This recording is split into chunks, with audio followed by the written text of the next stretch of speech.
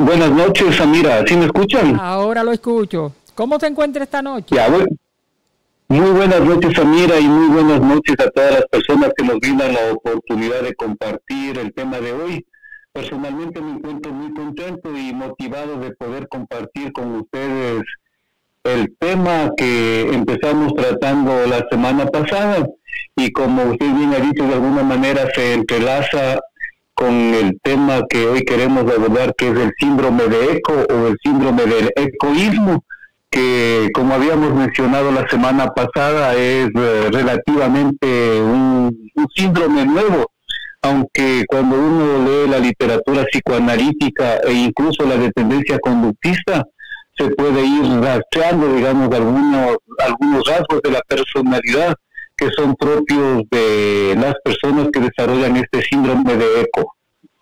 Así es, para refrescarle la memoria, vamos a decir así, a los oyentes, como estuvimos hablando del narcisismo la semana pasada, y se va a continuar para terminar el tema, ya que el tiempo no nos ayudó. Vamos a recordar a esos oyentes, como dije, el significado del narcisismo. Ya. Bueno, nosotros habíamos empezado conversando con ustedes y creo que sí es necesario puntualizar un poquito incluso sobre el mito número 1, porque habíamos explicado que el mito de Narciso tiene varias interpretaciones, varias versiones, pero con la finalidad justamente de derivar en el mito de Eco, vamos a tratar de rescatar el mito que está contenido en Ovidio. Pero para eso justamente habíamos manifestado que Narciso es el síndrome que se caracteriza porque hay personas que les gusta ser extremadamente brillantes, que les encanta ser el centro de atención, personas que de cierta forma son inescrupulosas, no tienen esa capacidad de empatía, y siempre con las personas que se relacionan están tratando de investigarles el lado débil que ellas tienen, con la finalidad de tarde o temprano empezar a manipular y utilizar la información que ellos tienen en beneficio propio. Por esa razón habíamos manifestado que si bien es cierto que el síndrome de Narciso se va haciendo parte de la cultura cotidiana debido a una cultura que da mucha valoración a la apariencia física, a la vestimenta, etcétera, podemos hablar de que esta es una época narcisista, pero no todos van a tener el síndrome de Narciso o el trastorno de Narciso, que es el narcisismo en cierta forma, que tiene consecuencias muy graves, especialmente para las personas que se relacionan con ellos. Los narcisistas tarde o temprano son identificados y habíamos manifestado que las personas terminan separándose del narcisista. Entonces, brevemente vamos a recordarles, una vez que hemos hecho esta breve síntesis, para entrar en lo que es el síndrome de Eco, hablando de algunos personajes de la mitología griega que ya van encerrando de alguna manera algunos rasgos sociales que se podían observar y que hoy son mucho más evidentes por el tipo de cultura postmoderna en la que nosotros nos desenvolvemos. Habíamos nosotros contado el nombre de la esposa del dios Zeus, que se llama Hera, que se había disgustado con la ninfa Eco, ya que la ninfa Eco era como una especie, entre comillas, como de alcahueta de Zeus, porque Zeus era bien mujeriego y permanentemente él estaba tratando de enamorar a las otras ninfas. Fue entonces cuando Hera se dio cuenta de la actitud de la ninfa Eco, y justamente como un castigo le condenó que ella va a repetir las últimas palabras de las personas que estén junto a ella. Se dice que en cierta ocasión Narciso estaba caminando por ahí y se burló de Eco, y Eco se ocultó en las montañas, y se dice que Eco, al esconderse en las montañas, en el bosque, se consumió a sí mismo. Entonces, esta parte del mito es la que ha sido tomada por Craig Malkin, profesor de la Escuela de Medicina de Harvard, y ha desarrollado el síndrome de ECO que hoy estamos conversando. Entonces, profundizamos un poquito en el mito y de ahí desarrollamos lo que es el síndrome de ECO. La primera versión del mito de Narciso nos manifiesta que era un muchacho que todos los días iba a contemplar su propia belleza en el lago. Estaba tan fascinado con su imagen y estaba lastimosamente, exageradamente centrado en sí mismo, que un día cayó dentro del lago y murió ahogado en el lugar donde él cayó. Nació una flor que hoy conocemos con el nombre de Narciso, que justamente encerraría ese mito de que alguna vez existió, y ahí está la evidencia. El escritor Oscar Wilde decía que cuando Narciso murió vinieron las orelladas, y es decir, las diosas del bosque, y vieron transformado al famoso lago, ¿no? Y sintieron como una especie de pena. Entonces, vamos un poquito más allá. Cuando entre las jóvenes que estaban en ese momento por ahí en el famoso lago, la ninfa Eco declaró su amor a Narciso, y él, como habíamos dicho, lo rechazó. Entonces Narciso estaba tan fascinado, a pesar de que no podía tocar su propia imagen, que termina autodestruyéndose. Entonces, en este mito de Narciso vamos a sacar dos conclusiones en cierta forma. Que por un lado, el narcisismo es, podemos decir, destructivo, y el narcisismo es contagioso, pero al mismo tiempo, como el narcisista es tan arrogante, tan prepotente, posiblemente en las otras personas que se encuentran alrededor de él, también podría ocurrir que les van a generar una autoestima baja. Entonces, en el mito de Narciso que acabamos de exponer, la antagonista, podemos decir, del relato es la ninfa Eco. Y muchas veces había pasado desapercibida cuando se había dado la lectura de este mito. Pero el profesor que habíamos mencionado anteriormente se dio cuenta que Eco en realidad encarnaba los rasgos de una personalidad que es todo lo contrario del narcisismo, es decir, es el polo completamente opuesto, ya que las personas egoístas más bien se van a caracterizar porque son extremadamente sensibles. Es decir, estas personas sí tienen la posibilidad de tener empatía y ponerse en el lugar del otro, todo lo contrario de lo que es el narcisista. Se dice que estas personas egoístas priorizan las necesidades de los demás y muchas veces se incomodan al ser el centro de atención. Entonces, como ustedes pueden ver, el síndrome de Narciso es completamente lo opuesto, porque Narciso no le interesa absolutamente a nadie excepto él.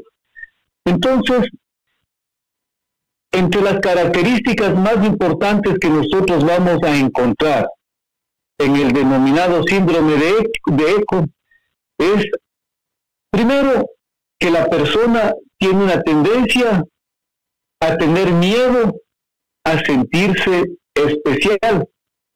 Al contrario de lo que ocurre en los individuos de tendencia al narcisismo, en los casos del egoísmo o del síndrome egoísta se presenta el temor de ser el centro de la atención, sobre todo cuando esta es una atención positiva, por lo que generalmente estas personas prefieren mantenerse en un segundo plano.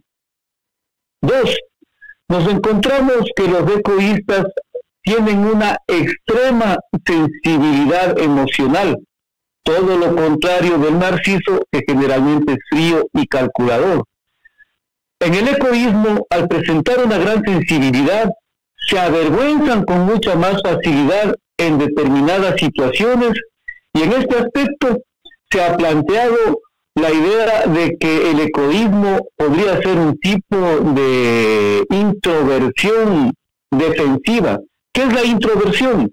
La introversión es cuando una persona está como muy reflexiva, como que tiene más tendencia a vivir su mundo interno y no ha desarrollado tanto la habilidad de expresar o de exteriorizar sus emociones, sus gestos. Es todo lo contrario de esas personas que les conocemos con el nombre de extrovertidas, que muchas veces hablan de manera innecesaria, hablan demasiado.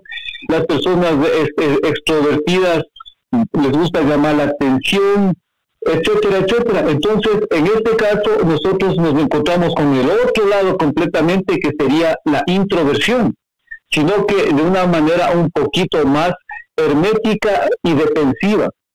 Se dice que estas personas piensan que si es que uno no les nota, la persona u otras personas no le van a poder humillar, no le van a poder avergonzar o incluso no le van a poder hacer daño.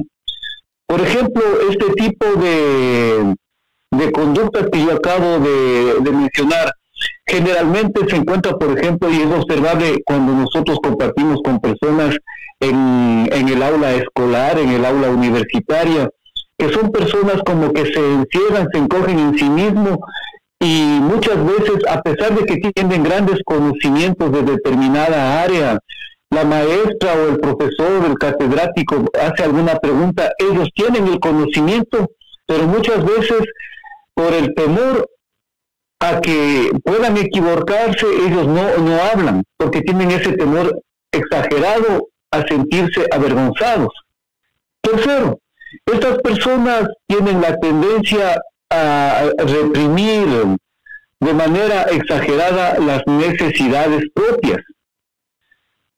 Es decir, sus necesidades emocionales no se las presentan. Se tiene esa reticencia y de alguna manera tratan de sentir la estima más bien exageradamente hacia los demás, y ellos piensan que deben dar absolutamente todo de sí y creen que no deben exigir demasiado a otras personas, por lo que entran en un estado de infelicidad e insatisfacción. Ahora, por ejemplo, en esta parte que yo les acabo de mencionar de la represión de las necesidades, y que más bien ellos tratan, como quien dice, de dar todo lo que pueden a las otras personas. Este punto de alguna manera ha sido estudiado por el psicólogo francés Jacques Lacan, que él plantea que las personas,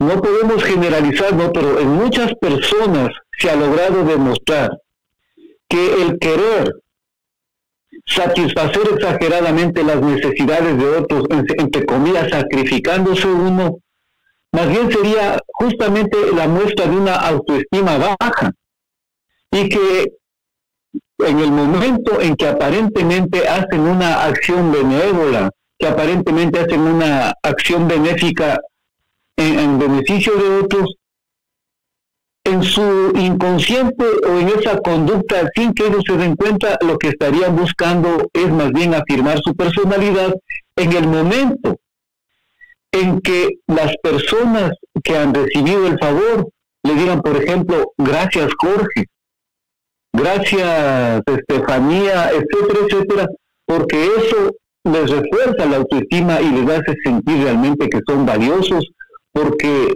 no confían en sí mismos, no se aman a sí mismos, su autoestima es demasiado baja.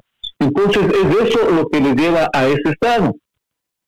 Otro punto justamente tiene que ver con la baja autoestima que ellos tienen. Esta baja autoestima se caracteriza porque presentan permanentemente una falta de confianza en sí mismos y tienen una visión negativa de ellos, y por eso, vuelvo a repetir, hay ocasiones en que no quieren ser vistos ni sentirse especiales, a pesar de que podrían tener esas cualidades de un líder. Yo, por ejemplo, tuve la oportunidad de conocer a un profesor de una institución educativa, que es una persona que se ha formado académicamente de una manera sobria.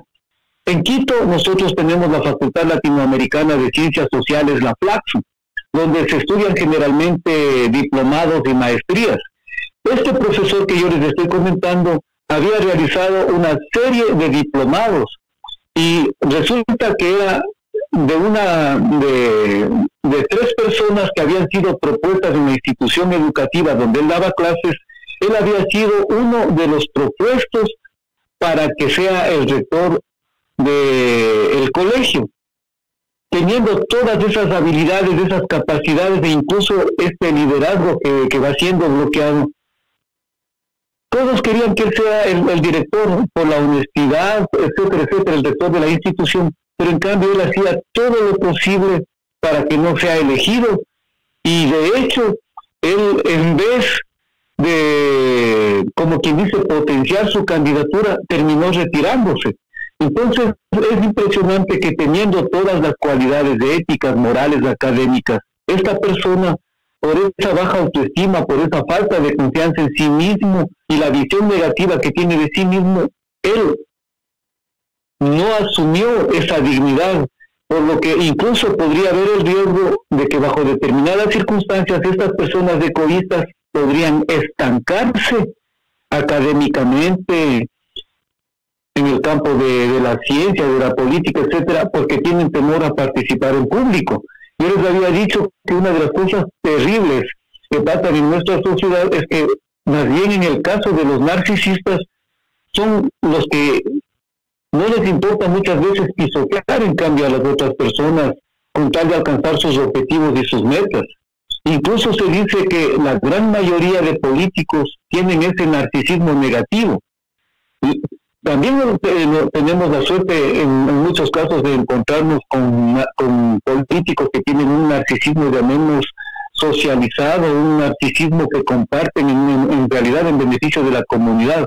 Pero la mayoría de políticos, en cambio, son narcisistas, y muchas veces, vuelvo a repetir, incluso pueda que no tengan las cualidades intelectuales, éticas, pero por su frialdad, por esa capacidad de querer brillar, ellos llegan a ocupar esos cargos. Todo lo contrario del egoísta. 5. Se dice que los egoístas tienen esa dificultad para saber qué es lo que quieren.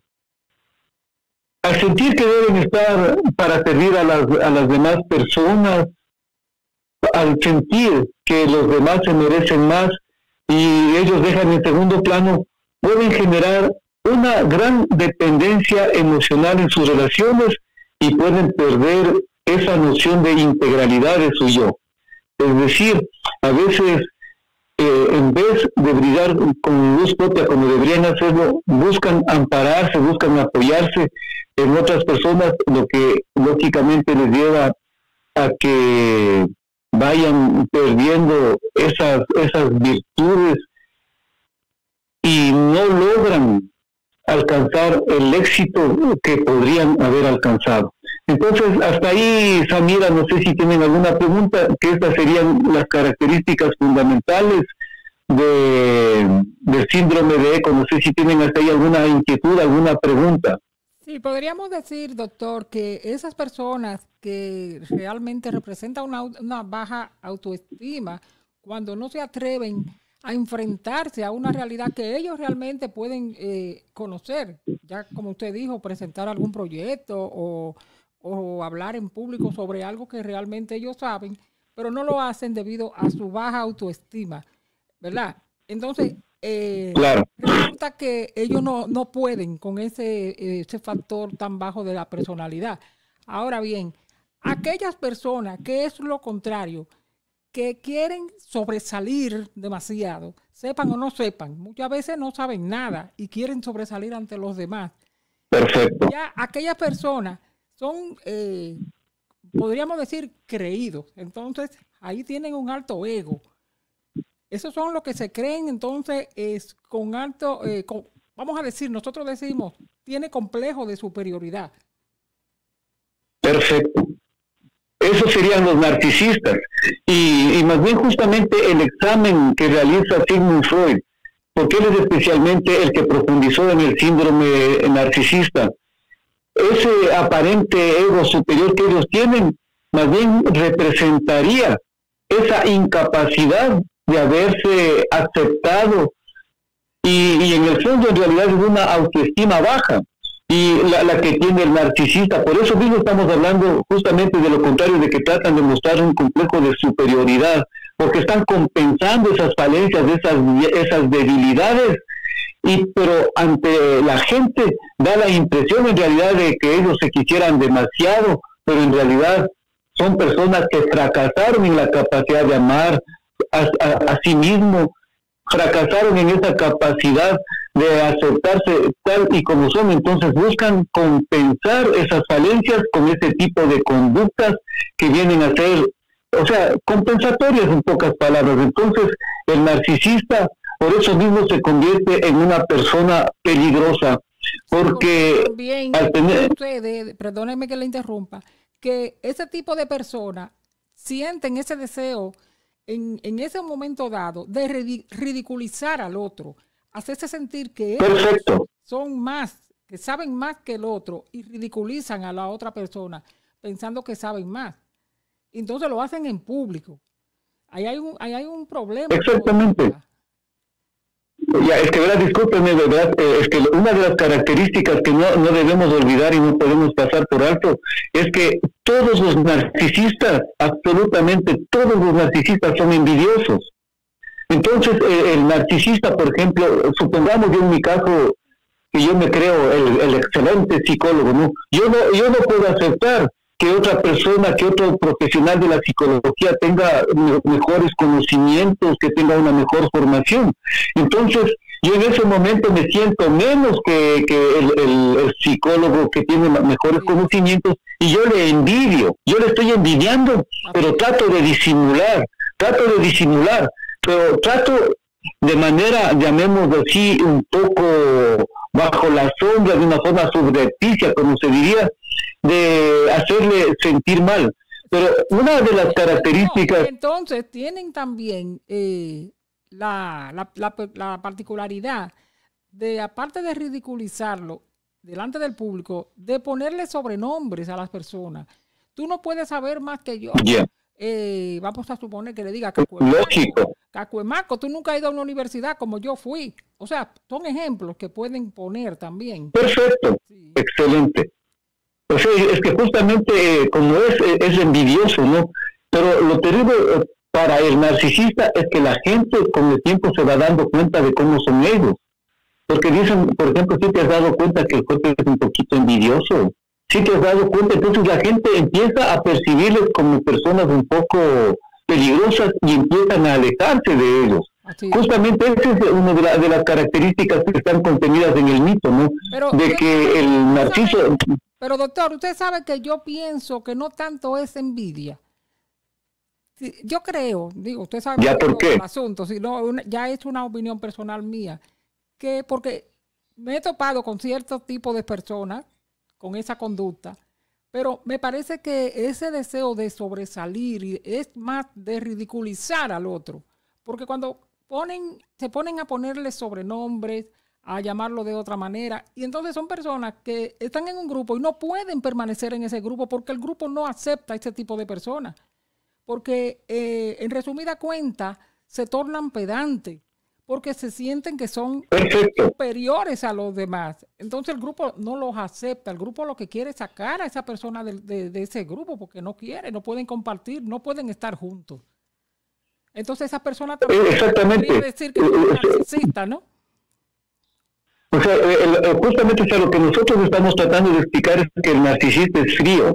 El narcisista es una persona que no sabe la forma de cómo llamar la atención. O sea, él busca llamar la atención. Trata de ser el centro de la atención y posiblemente para eso haga algunas cosas, entre comillas, fuera de lo común. Para eso incluso puede utilizar ese chiste bastante grosero, bastante tosco. Pero al mismo tiempo que nosotros estamos viendo eso, el narcisista no solamente que trata de llamar la atención, sino que, como usted mismo dice, al tratar de opacar a otra persona, o sea, él lo que está demostrando consciente o inconscientemente es un posible egoísmo, una posible envidia ante y le ve a la otra persona como un rival posiblemente, y por eso trata de opacarle, porque le envidia, porque no puede ser auténticamente como esa persona. Entonces eso es lo que le lleva a actuar de esa manera al narcisista. Y lógicamente, al principio, como se dice, el narcisista impacta aparentemente por su presencia, por su forma de hablar, por esa dinámica, pero cuando lo vamos conociendo en esos rasgos que son en cierta forma perversos, nosotros empezamos a sentir que debemos distanciarnos, debemos sentir que debemos alejarnos de ellos, porque potencialmente son personas que nos van a destruir. Por ejemplo, siempre hacen daño a los demás. Por eso le digo, es que, por ejemplo, una de las características, hablando específicamente del narcisista, tiene el sentimiento de grandeza. O sea, en su imaginación él tiene esa grandeza ilimitada. Vuelvo a repetir, yo, por ejemplo, nunca he escrito una hoja de psicología y me voy a un congreso donde están buenos psicólogos y yo me creo más que ellos, sino que digo, no, yo me he querido escribir nomás, y yo tengo por ahí algunos escritos algún rato de sacar. Entonces, en la imaginación, ellos tienen sentimiento de grandeza, de prepotencia. Por eso se dice que ellos exageran sus logros, exageran sus talentos, y por eso ellos dicen, yo no me puedo llevar con cualquiera. ¿Acaso que yo soy cualquiera para llevarme con tal o cual persona? Yo para llevarme solamente tienen que ser profesionales. Por ejemplo, en Quito hay una gran diferencia entre el norte de Quito y el sur de Quito. El sur de Quito es completamente minimizado. Entonces, si es que yo soy narcisista, ¿yo qué voy a estar viendo al sur? Allá, discúlpeme, el término que nosotros utilizamos despectivamente es, allá solamente van los hongos. ¿Acaso que yo soy de ese tipo de gente? Entonces, el narcisista es prepotente, exagera sus logros, exagera sus talentos, y él cree que no puede relacionarse con cualquier tipo de persona, y al mismo tiempo no puede ir a cualquier lugar. Él en su imaginación tiene que llevarse con personas que tengan, si es posible, un reconocimiento social, un reconocimiento político, económico, porque eso le eleva imaginariamente su estatus. Entonces, el narcisista se cree especial, se cree único, y dice, yo por ejemplo, discúlpeme, yo quiero hablar con Samir Espinosa, ella que sabe de psicología. Yo para hablar de psicología tengo que hablar a alguien que sea a mi propio nivel. Entonces, esa es una de las características del narcisista, que incluso cuando uno empieza a profundizar en conocimientos con él, nos vamos dando cuenta que es una persona que ni siquiera tiene un conocimiento tan profundo como aparentemente lo muestra, pero lo que él trata es justamente de brillar, de dar a entender que él es único, que él es especial y que sabe más que el resto. De sobresalir. Por ejemplo, exactamente, se dice, por ejemplo, que el narcisista se cree especial, se cree único. Las cosas que él hace piensa que solamente él puede hacer, cuando en realidad son cosas comunes y corrientes. Entonces, lamentablemente, el narcisista da mucha prioridad a la apariencia física, como les había dicho hace un momento. Es por eso que lamentablemente en la sociedad en la que nosotros nos estamos desenvolviendo, y para esto incluso les invito a las personas que a lo mejor tienen un poquito interés de profundizar en lo que estamos hablando, hay un escritor coreano que se convirtió en la sensación en Alemania, y es ahorita considerado uno de los filósofos más importantes en Alemania, y él ha escrito varios libros en alemán que se han convertido en bestsellers, y son libros bastante cortos y el lenguaje no es tan complejo para entender. Yo les invitaría a que le lean a Byung-Chul Han, se llama este filósofo coreano que vive actualmente en Alemania y estaba de profesor de la Universidad de Friburgo, no sé si continúe como profesor ahí. Él escribió un libro muy bonito que se llama La Sociedad del Cansancio. Entonces yo, por ejemplo, les invitaría a que lean este librito que es La Sociedad del Cansancio, donde él de alguna manera describe la sociedad europea y los cambios que se están introduciendo y que de alguna manera se van a irradiar y se van a contagiar al mundo. Por ejemplo, favor, él dice... ¿Quién escribió La Sociedad del Cansancio? A ver, la B grande, View, la I, U, y separado Chul Han, View Chul Han. Entonces ese libro incluso lo encuentran ustedes en PDF y hay algunos videos en YouTube que son bastante interesantes. Doctor, y me lo envía por el WhatsApp el nombre. Perfecto. Ya, pero ustedes le ponen Byung Chul Han y le ponen asociado al cansancio y van a salir. Entonces es muy interesante porque él en este librito, él dice que estamos viviendo la sociedad neuronal, de alguna manera plantea todo eso. Y él dice que justamente esta sociedad ha cambiado tanto debido a los medios de comunicación social de masas, que es el eje de esta cultura postmoderna, que prácticamente, por ejemplo, ahora ya nadie visita las bibliotecas. Es impresionante. ¿Dónde está la gente? Ahora la gente está en los gimnasios. La gente está en los gimnasios haciendo ejercicio, no por salud física, no por mantenerse bien, sino por lucir su cuerpo para tratar de ser los lindos y las lindas, como dice otro psicólogo que es Walter Rizzo. Dice, si usted quiere ir a donde nos encontramos a los narcisos en serie, vaya usted a los gimnasios, dice él. En los gimnasios vamos a encontrar a los lindos y a las lindas, y muchas de las veces están hasta llenos de tatuajes, con el respeto que se merecen. Entonces, justamente son aspectos, no sé, con el respeto que se merecen. Entonces, para encontrar a las Barbies. Las Barbies y lógicamente esos súper masculinizados. Ahora verá, ¿qué es lo terrible? ¿Qué es lo terrible para las Barbies y los guapos que son narcisos? Que cuando son 100% narcisos y son 100% Barbies, posiblemente tienen tendencias homosexuales o son homosexuales. Porque justamente eso es el mito, pues.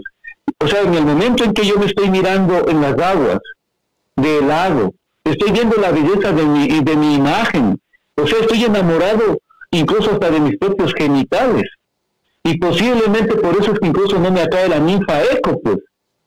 Así. O sea, se dice que a Narciso se le declararon hombres y mujeres, dice el mito, y hombres y mujeres se le declararon, pero justamente en el fondo posiblemente el Narciso también tiene rasgos homosexuales, o sea, ya cuando estamos hablando del narciso 100% puro. Es por eso que se está buscando a sí mismo, pero posiblemente en otro hombre que tenga, o otra mujer que tenga características similares. Doctor, entonces, y ahí algunos... Doctor, y perdóneme que le interrumpa, porque me encanta como entender más de las cosas que usted habla aquí. Por ejemplo, el narciso es una persona que puede gustarse él mismo. Exactamente, está enamorado, supuestamente está enamorado del mismo. Justamente por eso yo justamente, ¿verdad? Yo les había contado, creo que la semana pasada, que hubo un psicólogo que vivió más o menos en el año 1898, antes de Freud. Él se llamaba Havelock Ellis. Él es el primerito que se dio cuenta de este tipo de personalidades que podemos llamarles narcisistas.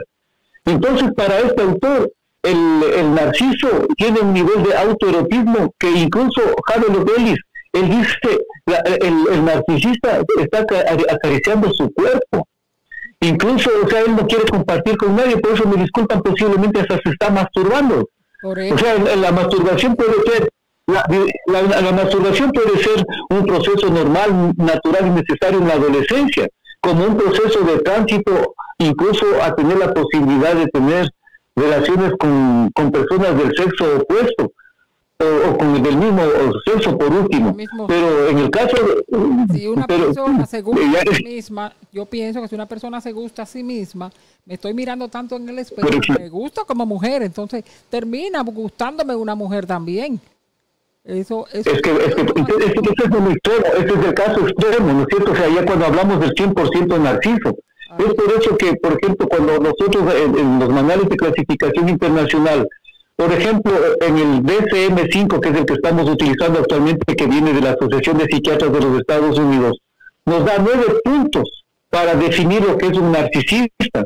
Entonces, se dice que con que tenga 4 puntos o 5 puntos, ya estamos hablando de que esa persona tiene un problema de narcisismo. Imagínense ustedes si tiene de los 9, estamos hablando de un narciso en alta potencia y que es una amenaza para todas las personas que le rodean a él, porque es explotador. O sea, es una persona que no, al no tener empatía, o sea, él no se pone en su lugar, no tiene remordimiento, no tiene sentimiento de culpa. O sea, eso es lo terrible, por eso es que cuando hacemos una especie, llamemos, de diagnóstico diferencial o de comparaciones, incluso nosotros vemos que en el caso extremo el narcisista tiene rasgos de personalidad antisocial, y la personalidad antisocial es el que le conocemos vulgarmente como el psicópata. Entonces, por ejemplo, en el campo de la psicopatología, nosotros hablamos de los famosos psicópatas integrados. ¿Qué es un psicópata integrado? Una persona que no reúne clínicamente todos los requisitos para ser un psicópata, llamemos asesino, o un psicópata que roba, que delinque. Un psicópata integrado es una persona que puede ser un psicólogo, puede ser un filósofo, puede ser un matemático, puede ser una persona que es un radiodifusor, es decir, y estas personas de una u otra manera tienen esas habilidades porque justamente saben estudiar fríamente a sus víctimas, por eso tienen esa estrecha relación con el narcisismo, pues. Entonces, y justamente se dice que estas personas que tienen rasgos narcisistas y tienen esa combinación con este rasgo de psicópata integrado, generalmente son personas que ejercen formas de violencia muy sutiles. Así es, claro que sí. El psicópata nunca recurren a la violencia física, solo en casos extremos, pero la violencia a la que ellos recurren es especialmente la violencia psicológica. De ahí, por ejemplo, lo que usted incluso decía, es poner apodos a las personas. Mucho el abuso verbal.